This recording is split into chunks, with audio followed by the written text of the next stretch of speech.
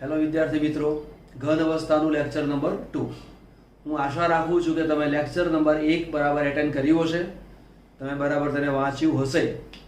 Lecture number 1 ની અંદર આપણે ભણ્યા હતા સ્ફટિકમય પદાર્થ કોને કહેવાય, અસ્ફટિકમય પદાર્થ કોને કહેવાય, દ્રવ્યના પ્રકારો કયા, બરાબર, ઘન, પ્રવાહી અને વાયુ, એના વિશે ડિટેલમાં ચર્ચા કરી છે. જો તમે લેક્ચર 1 એટેન્ડ કરેલું નથી તો આ લેક્ચરને એટેન્ડ કરતા પહેલા એકવાર એ લેક્ચરને અવશ્ય જોઈ લો, જેના કારણે આ લેક્ચરને સમજવું સરળ પડી જાય. બરાબર, ઓકે.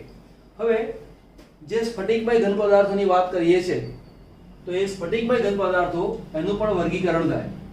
પદાર્થોના પ્રકાર કેટલા છે? સ્ફટિકમય પદાર્થ અને અસ્ફટિકમય પદાર્થ. સ્ફટિકમયનું વર્ગીકરણ કરીએ તો વર્ગીકરણનો આધાર તેના હેતુ ઉપર છે. હવે હેતુ ઉપર છે એટલે શું? તો કે સ્ફટિકમય પદાર્થ હોય એના કણો, કણ એવું જ્યારે શબ્દ વાપરીએ એટલે સમજી લેવાનું ત્યાં આયન પણ હોઈ શકે, ત્યાં પરમાણુ પણ હોઈ શકે અને ત્યાં અણુ પણ હોઈ શકે. તો કણો વચ્ચેનું જે બંધન બળ છે એ જુદા જુદા પ્રકારનું હોઈ શકે. કાં તો તે વાન ડર વાલ્સ આકર્ષણ છે, કાં તો તે આયનીય બંધ છે, કાં તો એમાં ધાત્વિય બંધ છે, કાં તો સમગ્ર ગંધની અંદર સહસંયોજક બંધ વિસ્તરેલો છે. તો આ તેના હેતુઓ થયા, એને આધારે વર્ગીકરણ કરી શકાય. બરાબર, તો હેતુને આધારે જ્યારે વર્ગીકરણ કરવાનું છે તો સૌથી પહેલા આપણે પદાર્થને આણ્વીય ઘન તરીકે વાત કરીશું. બરાબર, આ વર્ગીકરણનો ભાગ છે, એમાં સૌથી પહેલા લઈશું આણ્વીય ઘન. બરાબર, આણ્વીય ઘનમાં કણો એટલે કે પરમાણુ અથવા અણુ વચ્ચે કયા પ્રકારનું આકર્ષણ બળ હોય? વાન ડર વાલ્સ આકર્ષણ બળ હોય. તમને કદાચ યાદ હોય, ના હોય તો કહી દઉં છું. વાન ડર વાલ એ વૈજ્ઞાનિકનું નામ છે અને આ વૈજ્ઞાનિકે જે આકર્ષણ બળની માહિતી આપી હતી તે માહિતીને આપણે ચર્ચામાં લઈએ છીએ. બરાબર, તો વાન ડર વાલ્સ આકર્ષણ છે શું? તો દાખલા તરીકે આ એક અણુ છે, આ એક અણુ છે. અણુ એટલે કે કણ, અણુ, પરમાણુ કે આયન. બરાબર, ઓકે. આ મારી પાસે કણ આવેલા છે. આ કણ વચ્ચેનું આકર્ષણ બળ એનો આધાર કઈ બાબત ઉપર છે? તો સૌથી પહેલા ઇલેક્ટ્રોનની સંખ્યા ઉપર. જો ઇલેક્ટ્રોનની સંખ્યા વધારે છે, જો ઇલેક્ટ્રોનની સંખ્યા વધારે છે તો અણુ અણુ વચ્ચેનું આકર્ષણ બળ વધારે છે. બરાબર, ઉદાહરણ તરીકે ચલો આ બીજું પણ લઈ લો. એ છે, ત્યારબાદ છે અણુ અણુ વચ્ચેની સંપર્ક સપાટી. જો સંપર્ક સપાટી વધારે છે, માનો કે કોઈ પદાર્થ છે, એ પદાર્થ આ રીતે એકબીજાને સ્પર્શેલો છે અને એ પદાર્થના કણો આ રીતે સ્પર્શેલા છે. જો અણુઓ આ રીતે સ્પર્શેલા હોય તો સંપર્ક સપાટી આટલી જ છે, પણ તે જ અણુ જો આ રીતે સ્પર્શેલો હશે તો સંપર્ક સપાટી મોટી છે. જો સંપર્ક સપાટી મોટી છે તો અણુ અણુ વચ્ચેનું આકર્ષણ બળ એટલે કે વાન ડર વાલ્સ આકર્ષણ બળ વધારે છે. બરાબર, એ સંપર્ક સપાટીની વાત આવી ગઈ. ત્યાર પછી ઇલેક્ટ્રોનની સંખ્યાની વાત કરી લઈએ. તો ઉદાહરણ તમે લો કે માની લો કે મારી પાસે N2 છે અને બીજો છે O2. N અને N નો પરમાણુ ક્રમાંક 7, બે N પરમાણુ છે, 7 + 7 એટલે કે આની અંદર 14 ઇલેક્ટ્રોન છે. ઓક્સિજનનો પરમાણુ ક્રમાંક 8, બે O ભેગા થાય એટલે ઇલેક્ટ્રોન કેટલા થાય? 16. તો આ 16 થયા. તો અહીંયા N2 ના બે અણુ વચ્ચે એક અણુ આ છે અને બીજો અણુ આ છે. એ જ પ્રમાણે O2 નો એક અણુ અને O2 નો બીજો અણુ, આ બે અણુ વચ્ચે જેટલું આકર્ષણ બળ હોય એના કરતા આ બે અણુઓ વચ્ચે આકર્ષણ બળ વધારે હોય. કેમ? એટલા માટે કે આ અણુમાં ઇલેક્ટ્રોન જેટલા છે તેના કરતા આ અણુમાં ઇલેક્ટ્રોનની સંખ્યા વધારે છે. જો ઇલેક્ટ્રોનની સંખ્યા વધારે છે તો વાન ડર વાલ્સ આકર્ષણ વધારે. અણુનો આકાર જોવાય એટલે કે સંપર્ક સપાટી જોવાય. જો સંપર્ક સપાટી મોટી છે તો અણુ અણુ વચ્ચેનું વાન ડર વાલ્સ આકર્ષણ બળ વધારે છે. બીજું પરિબળ કામ કરે છે અને તે છે અણુ અણુ વચ્ચેનું અંતર. માની લો કે મારી પાસે એક અણુ A અને A આ રીતે છે, કાં તો A અને A આ રીતે છે, કાં તો A અને A આ રીતે છે. તો અહીંયા બે કણો વચ્ચેનું અંતર બહુ જ ઓછું છે, માટે આકર્ષણ વધારે છે. અંતર વધારે છે, આકર્ષણ ઓછું છે, અંતર આના કરતાં થોડુંક વધારે છે, તો આકર્ષણ આની સરખામણીમાં અહીંયા આકર્ષણ ઓછું, એની સરખામણીમાં અહીંયા આકર્ષણ ઓછું. તો જેમ આકર્ષણ બળ ઓછું એટલે કે વાન ડેર વાલ્સ આકર્ષણ બળ ઓછું. બરાબર. તો કોઈ પણ પદાર્થની વાત કરવા જઈએ, આણ્વીય ઘન કાં તો તે પરમાણુ સ્વરૂપમાં પણ હોય, કાં તો તે અણુ સ્વરૂપમાં પણ હોય. તો પહેલા હું લખું છું અહીંયા અણુ સ્વરૂપે અને પરમાણુ સ્વરૂપે. આ પદાર્થો કેવા છે? અધ્રુવીય. એની ચર્ચા પછી કરીએ છીએ. પરમાણુ સ્વરૂપે કોણ? તો એક તો helium, neon, argon, krypton, xenon અને રેડોન. આ બધા જ વાયુઓ છે. પદાર્થો કયા છે? વાયુઓ છે. વર્ગીકરણ શેમાં કર્યું? ઘનમાં. એટલે મનમાં ત્યારે છે સાહેબ આ તો વાયુ છે અને તમે તો તેને ઘન કહો છો, એવું કેવી રીતે? તો સમજો, બધા જ પદાર્થોને આપણે -273 ડિગ્રી તાપમાને ધારેલા છે અને આ તાપમાને તમામે તમામ પદાર્થો ઘન અવસ્થામાં જ હોય. એટલે આ પદાર્થો -273 ડિગ્રી સેન્ટીગ્રેડ તાપમાને ઘન અવસ્થામાં જ છે. એટલે ઓરિજિનલી બધા જ પદાર્થો ઘન છે એવું કહેવામાં આવે. બરાબર. અણુ સ્વરૂપે લઈએ તો ઘણા બધા પદાર્થો છે અણુ સ્વરૂપમાં. દાખલા તરીકે લખું છું CO2, હું લખું છું P4, S8 એટલે સલ્ફર, HCl, હું લખું છું HF. આ બધા જ અણુ તરીકે જ મેં લીધા છે. હવે આ જે પદાર્થો છે એ અધ્રુવીય ઘન પદાર્થો, એટલે આ ધ્રુવીય છે એટલે આની અંદર હું લેતો નથી. બરાબર. તો કે અધ્રુવીય ઘન પદાર્થો એટલે શું? બીજા પણ લઈએ આપણે. ઉદાહરણ તરીકે I2, Br2, Cl2, F2, H2, O2, N2. આ બધા જ પદાર્થો અણુ સ્વરૂપમાં છે અને અધ્રુવીય પદાર્થ છે. તો અધ્રુવીય પદાર્થોનો મતલબ શું? તો પહેલા ધ્રુવીયનો મતલબ જાણી લઈએ અને ત્યાર પછી આપણને ખબર પડી જાય કે અધ્રુવીય શું છે તે. બરાબર. ઉદાહરણ તરીકે હું લખું છું HCl. મેં હમણાં HCl કાઢી નાખ્યું ને, એનું કારણ આ છે H અને Cl. H અને Cl બે પરમાણુ વચ્ચે સહસંયોજક બંધ બનેલો છે.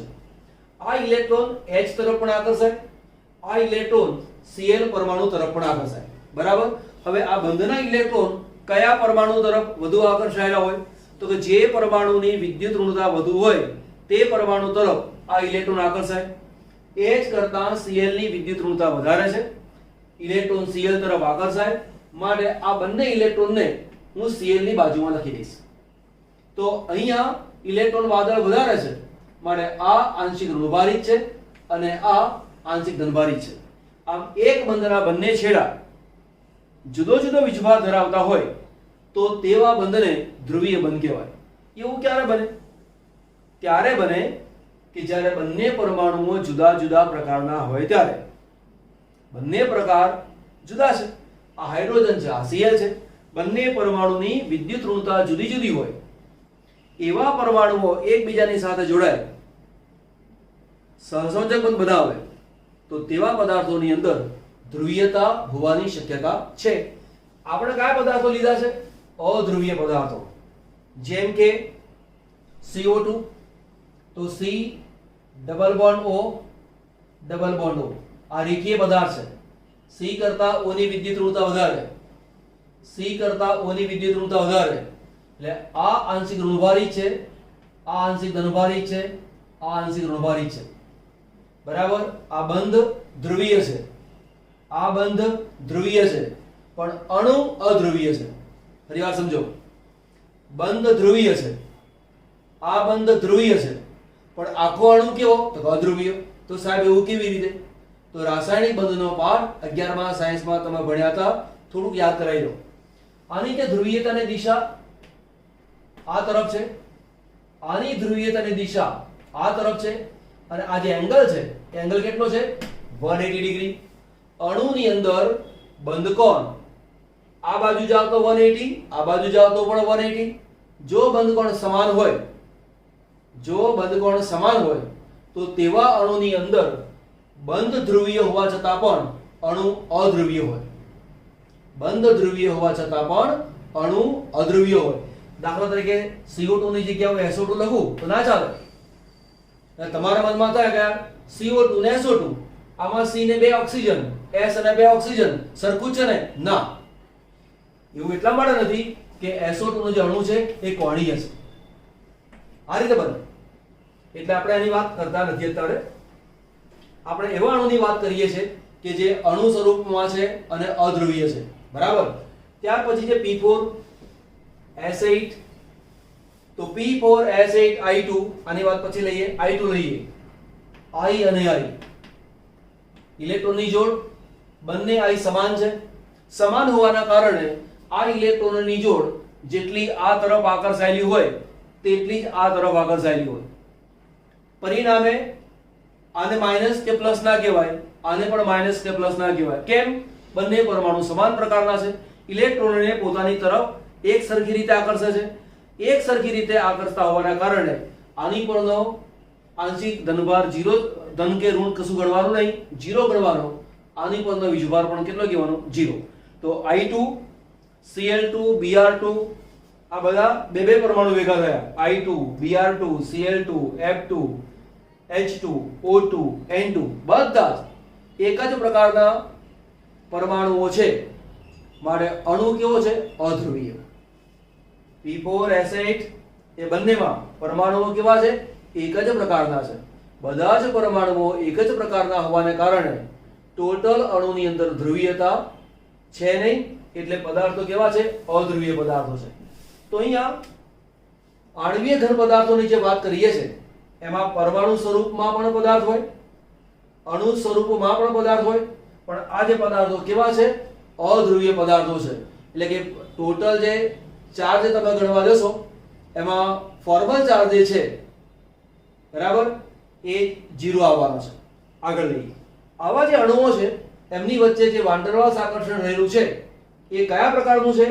તો કે એને કહેવાય છે વિસર્જન બળ અથવા લંડન બળ તરીકે ઓળખવામાં આવે છે. ફ્રીસ લંડન નામના વૈજ્ઞાનિકે આ બળોની માહિતી આપી હતી.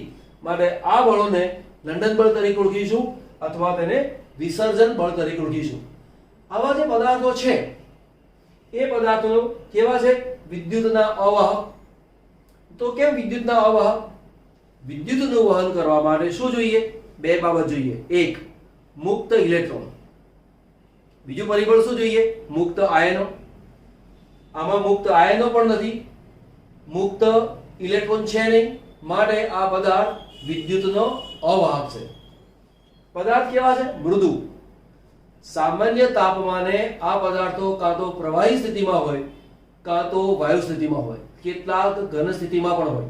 તમે જેમ વિચારો, આ બધા સામાન્ય તાપમાને આ જે પદાર્થો છે એ વાયુ સ્વરૂપમાં છે. CO2 વાયુ સ્વરૂપમાં છે.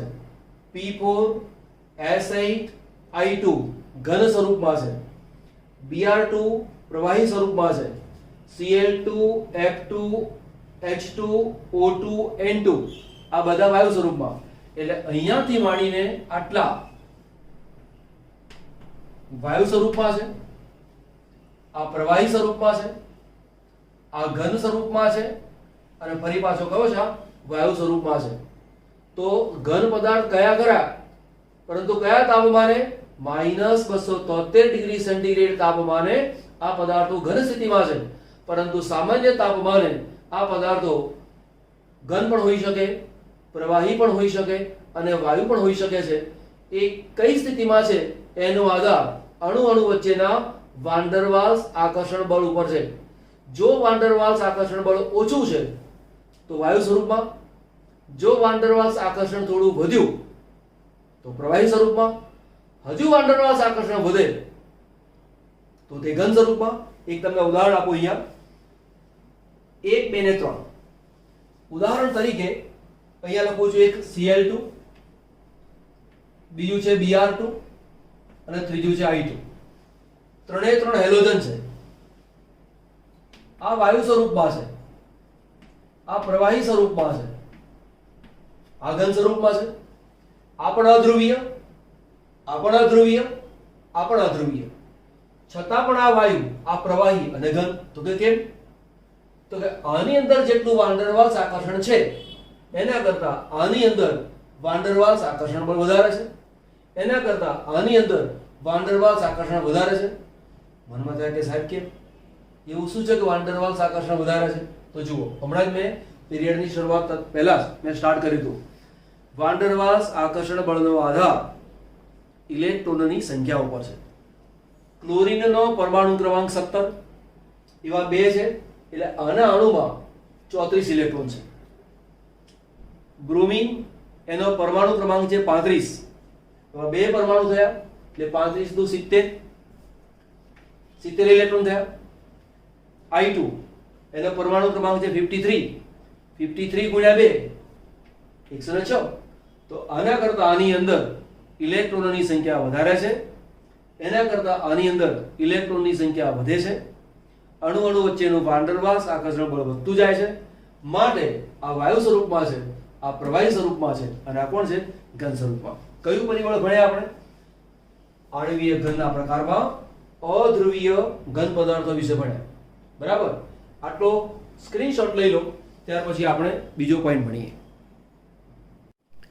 એક પદાર્થ આપણે ભણ્યા કે અધ્રુવીય પદાર્થો. આગળ લઈશું આપણે ધ્રુવીય આણ્વીય ઘન પદાર્થો. કે ધ્રુવીય એટલે શું? ધ્રુવ એટલે કે છેડો. અણુના બે છેડા છે અને બંને છેડા ઉપર જુદો જુદો વીજભાર આવતો હોય તો તેવા બંધને ધ્રુવીય બંધ કહેવાય. અને અણુમાં આવા ધ્રુવીય બંધને કારણે ધ્રુવીયતા આવતી હોય છે. એક ઉદાહરણ લઈએ.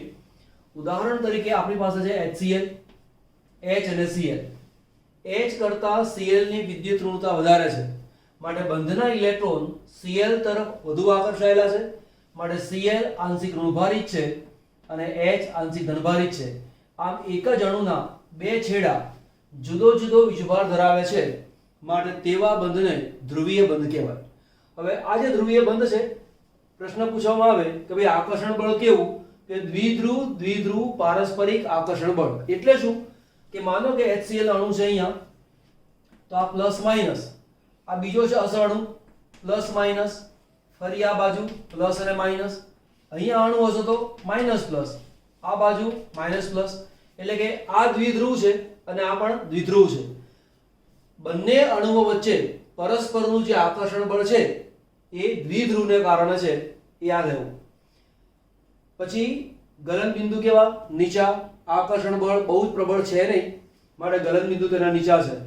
પદાર્થો મૃદુ છે, ગલન બિંદુ નીચા છે. અને મૃદુ એટલે કે હાર્ડ નથી એવું. બરાબર?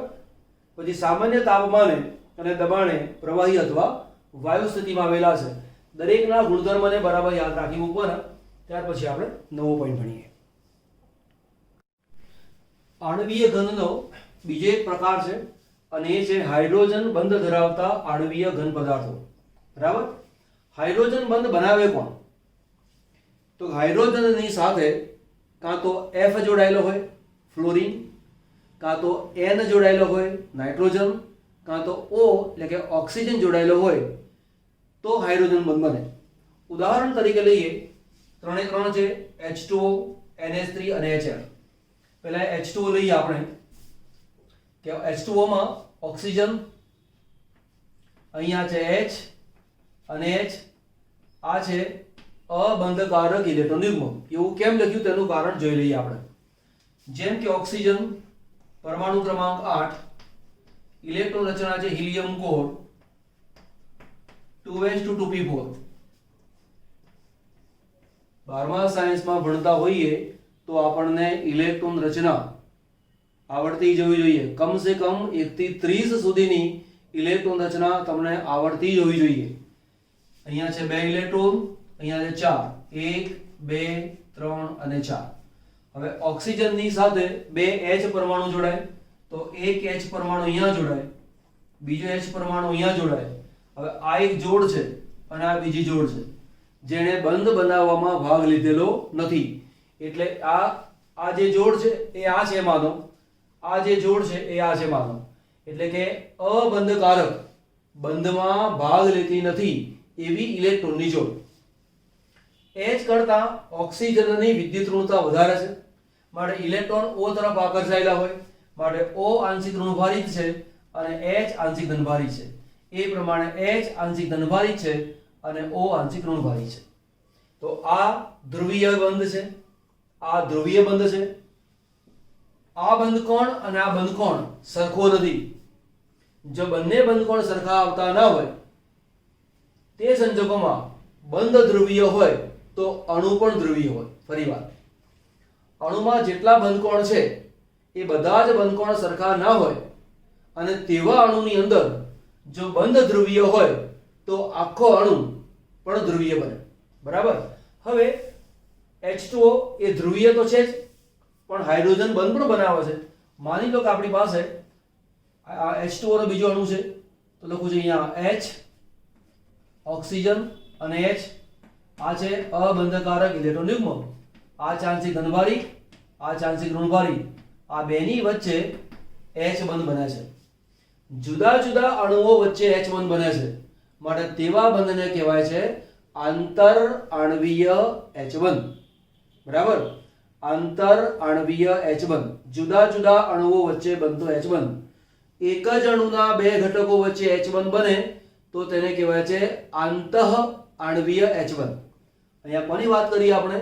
આંતર આણ્વીય H બંધની. NH3 માં જોઈએ તો N પરમાણુ ક્રમાંક 7, ઇલેક્ટ્રોન રચના છે helium core 2s2 2p3. S કક્ષક, અહીંયા બે ઇલેક્ટ્રોન, p માં 3 ઇલેક્ટ્રોન, 1 2 અને 3. હવે n ની સાથે 3h ને જોડવાના હોય તો એક h અહીંયા જોડાય, બીજો h અહીંયા જોડાય, ત્રીજો h અહીંયા જોડાય અને આ એક જોડ છે કે જેણે બંધ બનાવવામાં ભાગ લીધેલો નથી. તો આપણે વિચારી લઈએ કે NH3 N એની સાથે H H H આ છે અબંધકારક ઇલેક્ટ્રોન યુગ્મ. H કરતા N ની વિદ્યુત ઋણતા વધારે, આ minus delta plus delta plus delta plus delta. આના જેવો બીજો અણુ હોય N HH પ્લસ ડેલ્ટા, આ plus delta minus delta plus delta minus delta. આ બેની વચ્ચે શું બને? H1. તો કે H2O, NH3 અને HF આવા અણુઓ છે કે જેના અણુ અણુ વચ્ચે H2O નો એક અણુ, H2O નો બીજો અણુ, બેની વચ્ચે હાઇડ્રોજન બંધ બને છે. અને એવા જે પદાર્થો છે એને કહેવામાં આવે છે હાઇડ્રોજન બંધ ધરાવતા આણ્વીય ઘન પદાર્થો. આ બધા પદાર્થોને ઘન તરીકે સ્વીકાર્યા છે. કેમ? -273 ડિગ્રી સેન્ટીગ્રેડ તાપમાને આ બધા જ પદાર્થો ઘન સ્થિતિમાં છે માટે ઘન. પરંતુ સામાન્ય અવસ્થામાં, સામાન્ય તાપમાને અને દબાણે આ પદાર્થો પ્રવાહી સ્વરૂપમાં હોય છે. આ પદાર્થો કેવા છે? પોચા પદાર્થો છે. બરાબર. વિદ્યુતના અવાહક છે. બરાબર. કોઈક વાર તમે પાણીની વાત કરવા જઈએ, પાણીમાંથી બરફ બને તો બરફ પોચો નથી, પણ આપણે પોચો તરીકે ગણવો હોય તો કયો ગણવાનો? સ્નોફોલમાં જે બરફ બને એ બરફ પોચો છે. પછી પ્રેશર આવતું જાય, અણુઓ નજીક નજીક આવતા જાય અને પછી તે એકદમ હાર્ડ બની જાય, આપણે તેની વાત નથી કરતા. બરાબર. વિદ્યુતનું વહન કરતા નથી કેમ કે મુક્ત ઇલેક્ટ્રોનો નથી, મુક્ત આયનો નથી, માટે વિદ્યુતનું વહન કરી શકતા નથી. એક આખો ટોપિક આપણે લીધો અને એ છે આણ્વીય આંતરઆણ્વીય આકર્ષણ બળને આધારે ઘન પદાર્થનું વર્ગીકરણ. એમાં વાન ડર વાલ્સ આકર્ષણ આધારે લીધું. બરાબર. પછી દ્વિધ્રુવ દ્વિધ્રુવ આકર્ષણ બળને આધારે વર્ગીકરણ કર્યું અને પછી કર્યું આપણે હાઇડ્રોજન બંધને આધારે આણ્વીય ઘન. આ એક ટોપિક પૂરો કરીએ પછી આપણે નવો શરૂ કરીએ.